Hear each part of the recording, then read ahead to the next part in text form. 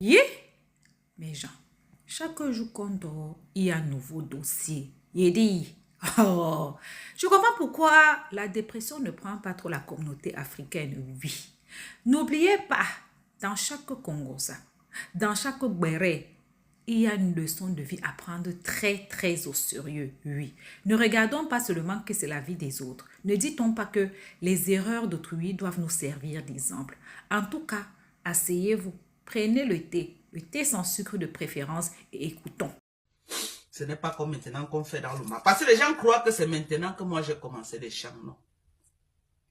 Il est au village, on a battu 1 hectare. On veut mettre la tomate sur 1 hectare. Donc, il est au village, on a fait la pépinière de tomates qu'on va faire sur 1 hectare. Donc, Sorel, mon fils et une de mes belles nièces sont à la maison à Yaoundé. Ils sont rentrés de l'école. Sorel a préparé le riz.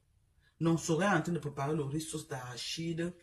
Et le gaz est fini. Elle appelle son père, dit que papa, le gaz est fini, je préparais. Et son père lui envoie donc l'argent par mobile money. Donc, elle laisse...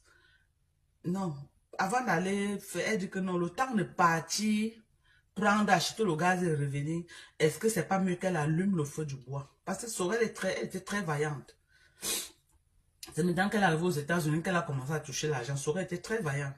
Est-ce que c'est pas mieux qu'elle allume le feu du bois? Elle finit de préparer. C'est comme ça que Sorel allume le feu du bois dehors, dans la maison que vous connaissez là, au Djala. Elle allume le feu du bois. Elle prépare. Elle finit de préparer. Elle sert son frère. Il mange.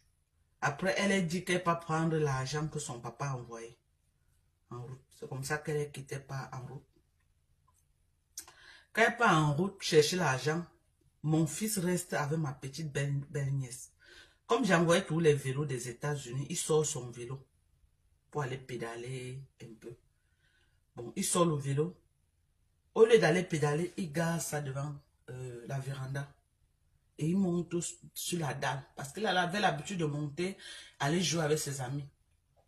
Il monte à la dalle pour aller là-bas en haut. Je ne sais pas ce que l'enfant est parti chercher sur la dalle. Là-bas en haut, comme ça, là. Il pouvait monter là-bas, peut-être le week-end, comme ça, là, avec ses amis et tout. Je ne sais pas ce qu'il allait monter là-bas faire. On dit qu'il a, comme il avait plu, et il y avait le courant qui était sur la dalle. Le courant et l'eau, il s'est fait électrocuter. Ok? Voilà comment mon fils meurt. Donc, on a seulement entendu comment il a crié. Le temps que ma petite belle sort, Daniel, c'est quoi? Il ne répondait plus. Elle a couru au quartier, elle a commencé à appeler les gens. Les premiers gens qui sont venus pour sauver l'enfant, il y a eu une décharge électrique. Il y a eu une décharge électrique, ils ont fui. Donc, on a appelé, les autres sont venus maintenant, ils ont pris où c'était l'habit, ils ont porté l'enfant et tout et tout. L'enfant était déjà parti. Il y avait un médecin dans le quartier qui est venu, il a déclaré l'enfant mort. Ok? Je venais de parler avec l'enfant, je lui ai dit, non, même le père venait d'appeler que Daniel, comme il revient là, je vais trouver ta chambre propre. Il fait le ménage. Il a dit oui, papa. Moi-même, je venais de parler avec lui. Que Daniel, parce que je l'avais inscrit dans une école de foot. Parce qu'elle est venue au Cameroun. Il m'a dit, maman, je vais jouer au foot, je vais jouer au foot. Il dit que j'espère que ça ne va pas empiéter avec l'école. Il faisait la série anglophone. Il dit non, maman.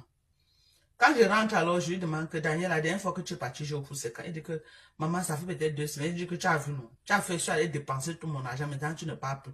Il dit que, maman, je fais comment? Je suis en plein examen. On est en train de faire des examens, maman, je vais faire comment alors? J'ai des devoirs, maman, j'ai beaucoup de devoirs. Il faisait, je crois, ou c'est les séquences, ou c'est quoi comme ça. Il me dit que, maman, il faut beaucoup que j'apprenne. Il dit que tu connaissais comme ça, maintenant tu m'as fait, tu allais dépenser mon argent. Alors comme ça, il me dit que maman laisse. Maman laisse. C'était mon seul garçon. J'étais très proche de lui. Les filles sont plus proches de leur père. Lui, il était très proche de moi. Parce que les garçons sont trop attachés à leur maman. C'est là où il me dit que maman laisse. Maman laisse. Ah, toi aussi, maman laisse. Dès qu'on va finir les petites compositions, si je vais... Non, ça c'est en octobre déjà. Fin octobre.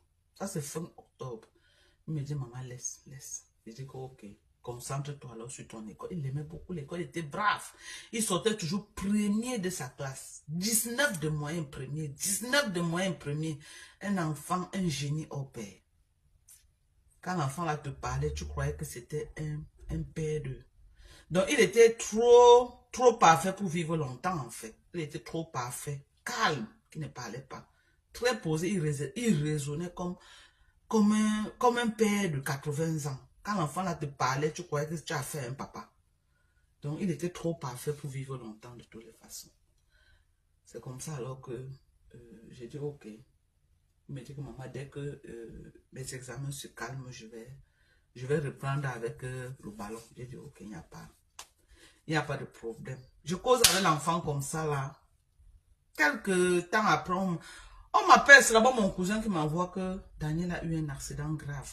Appelle pour qu'on aille regarder. Moi, j'ai cru que peut-être il a traversé la route, la moto l'a cogné. Je ne voyais pas la mort. Mais... Après, j'appelle ma belle-sœur. Je dis que ma Jova n'est pas à la maison. Hein. On dit que Daniel a eu un problème. Je ne sais pas ce qu'il a là-bas. Après, je décide de l'appeler. Non. Après, maintenant, je la rappelle pour savoir si elle est partie à la maison. Quand je la rappelle, je découvre, ce n'est que les pleurs. Les pleurs de quoi? Tu pleures quoi, ma Julie? Elle dit, Daniel, oh, Daniel. Je dis que tu parlais de quoi? Ah, merde.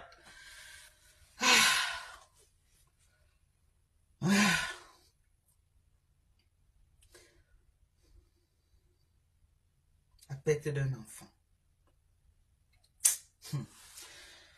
T'en es bois l'eau.